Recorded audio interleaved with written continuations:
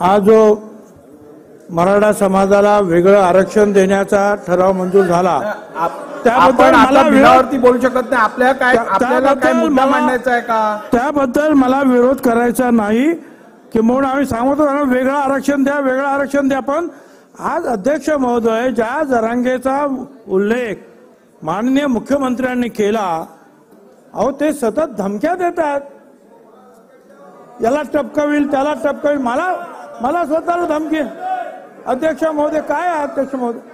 आणि अध्यक्ष महोदय एवढंच नाही तर छत्रपती शिवरायांच्या पुतळ्याखाली बसून महाराष्ट्राच्या मुख्यमंत्र्यांना उपमुख्यमंत्र्यांनी आम्हाला तर नेहमीच देतात, अहो आईवरून शिव्या. तिथे बसलेले जे आहेत महसूल आयुक्त, SP, कलेक्टर, त्यांना तर म्हणतात तुम्ही भाडखाऊ आहात, आणखी त्यांनाही आईवरून शिव्या. अध्यक्ष महोदय ही दादागिरी जी काय चाललेली आहे याला काय कंट्रोल करणार आहात की नाही? अध्यक्ष महोदय काही कारण नव्हतं खरं म्हणजे. 27 तारखेलाच त्यांना सांगितलं होतं, त्यांनी सगळे गुलाल उधळला, फटाके वाजवले, परत 10 तारखेला उपोषणाला बसले आणि अनेक शहरामध्ये जे आहेत बस गाड्या फोडल्या आणि एक भीतीचं वातावरण ज्या राज्यामध्ये जे आहेत. मला बोलायला देणार का? तुम्ही नंतर बोला ना. आता बसा. अध्यक्ष महोदय एक भीतीचं वातावरण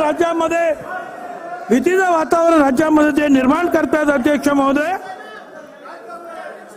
अध्यक्ष महोदय हे थांबायला पाहिजे. अध्यक्ष महोदय आता हे सगळं झाल्यानंतर त्यांचं काय म्हणणं आहे? अरे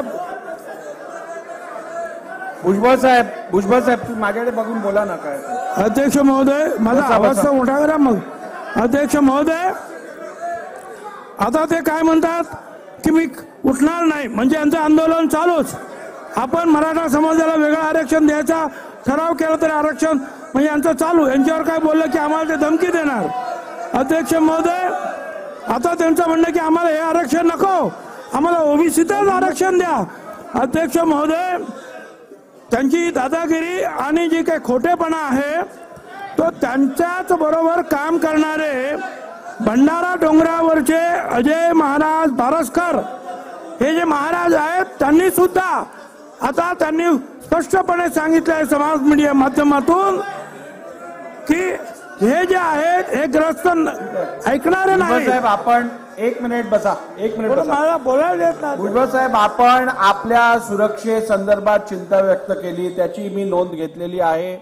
जर का आपल्याला कुठच्याही प्रकारच्या जीवहानीची संभावना वाटत असेल तर त्या संदर्भातली चिंता आपण व्यक्त करणं रास्त आहे. सभागृहासमोर आपण जी चिंता व्यक्त केली आहे त्याची नोंद घेतली गेली आहे. शासनाने या विषयाची गंभीर नोंद घेऊन उचित उपाययोजना करावी. अध्यक्ष महोदय हे आंदोलन सुरू असताना ते आपण काही बोललो की ताबडतोब धमकी देणार. ते म्हणतात की आम्हाला OBC मध्ये आरक्षण द्या. हे आजचा जो ठराव त्यांना मंजूर नाही. अध्यक्ष महोदय ते बारसकर महाराज ते सुद्धा तेच सांगतात. त्यांनी एक काल जे क्लिपिंग दाखवली त्याच्यामध्ये एक बबनराव वाळेकर मला बोलू दे ना. अध्यक्ष महोदय मांडलं तुम्ही आता किती अजून मांडलं? नाही 30 सेकंदात संपवा. 30 मिनिटात संपवतो.